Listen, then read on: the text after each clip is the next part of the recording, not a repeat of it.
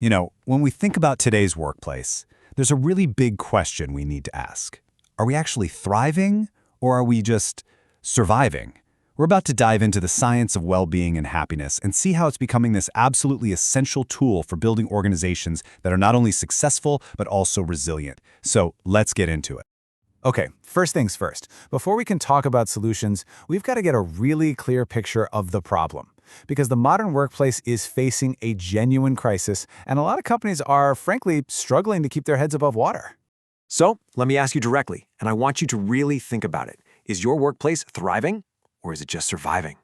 Does your team come in feeling energized and like they have a purpose, or is everyone just kind of counting down the minutes until Friday? Yeah, it's a feeling a lot of us know. And it's not just a feeling, right? The numbers back this up. We're seeing this massive dip in employee engagement all over the place. And it makes sense. When people feel totally disconnected from what they do all day, they're way more likely to start looking for something else, something with a bit more meaning. So what's the answer here? Well, it's not another ping pong table or a one-off wellness week. The research is pointing to something much bigger. A real strategic focus on employee well-being. And look, this is way more than just feeling good. It's about building the actual foundation for performance, for attracting great people, and for making them want to stay for the long haul. Now, to really get what well-being at work even means, we have to start with happiness itself. Because it turns out there's more than one way to look at it. Let's break down the two main visions.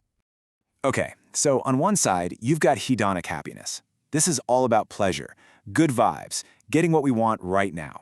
Think about the rush you get from hitting a target or getting a bonus. That's hedonic. But then, on the other side, there's eudaimonic happiness. This one's deeper. It's about growing as a person, finding meaning in what you do, and feeling connected to something bigger than yourself. And here's the key. The really successful, healthy organizations, they know this isn't an either-or choice. They build a culture that weaves both together. They care about that day-to-day emotional well-being, for sure, but they also help people connect their work to that deeper, long-term sense of purpose. And this isn't just some nice-sounding idea, it's all backed by real science. So now let's check out the frameworks from positive psychology that can help both companies and individuals to not just survive, but to truly flourish. A fantastic place to start is with the 4 pillars from the science of happiness. You can think of these as the fundamental building blocks for a genuine, lasting sense of well-being. So let's break them down. Being is all about self-awareness, knowing who you are and being authentic. Us is about our relationships and how well we work together. Super important. Discipline, this is about creating the habits that actually support our well-being, day in and day out. And then there's positive chemistry, which gets into our own biology. It helps us understand how hormones like oxytocin, the bonding hormone, are literally released when we have positive interactions with our team, building trust at a chemical level. How cool is that? Now, these pillars come straight out of the field of positive psychology. And what's so great about it is that while traditional psychology often focuses on what's broken, positive psychology flips the script. It asks, what makes us thrive? It's all about what helps people and organizations reach their absolute best.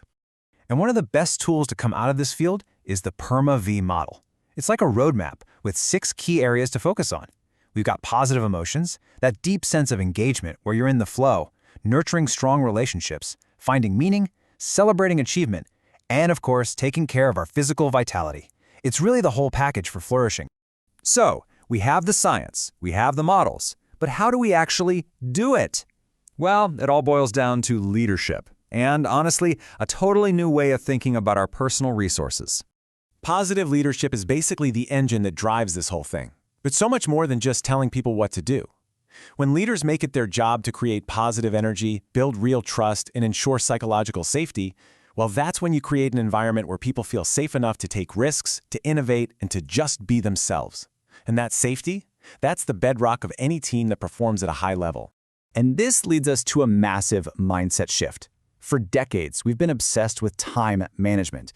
But it turns out the real secret to high performance that you can actually sustain isn't about managing the clock. It's about managing your energy. See, our energy isn't just one thing. It operates on 4 different levels. You've got your physical energy, that comes from good sleep and nutrition, your mental energy, which is your ability to focus, your emotional energy, which you get from positive relationships, and your spiritual energy, that connection to your purpose.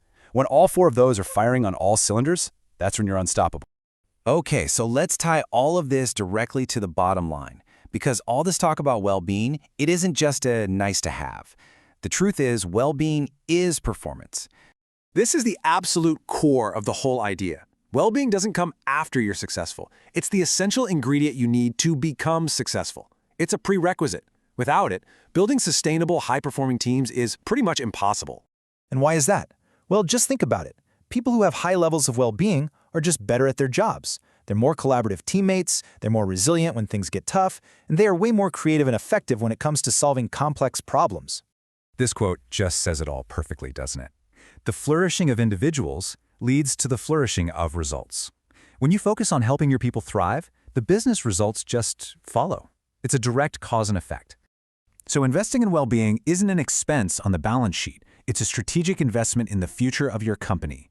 It is the key to building an organization that's resilient, sustainable, and ready to evolve with whatever challenges come next. And that brings us to our final thought. Thinking about everything we've covered, the different kinds of happiness, the PERMAV model, managing your energy, what's one change? Just one small, intentional thing you can do starting tomorrow to help build a more positive and flourishing organization. This explainer was based on the fantastic research and frameworks from Happywise. Thanks so much for tuning in.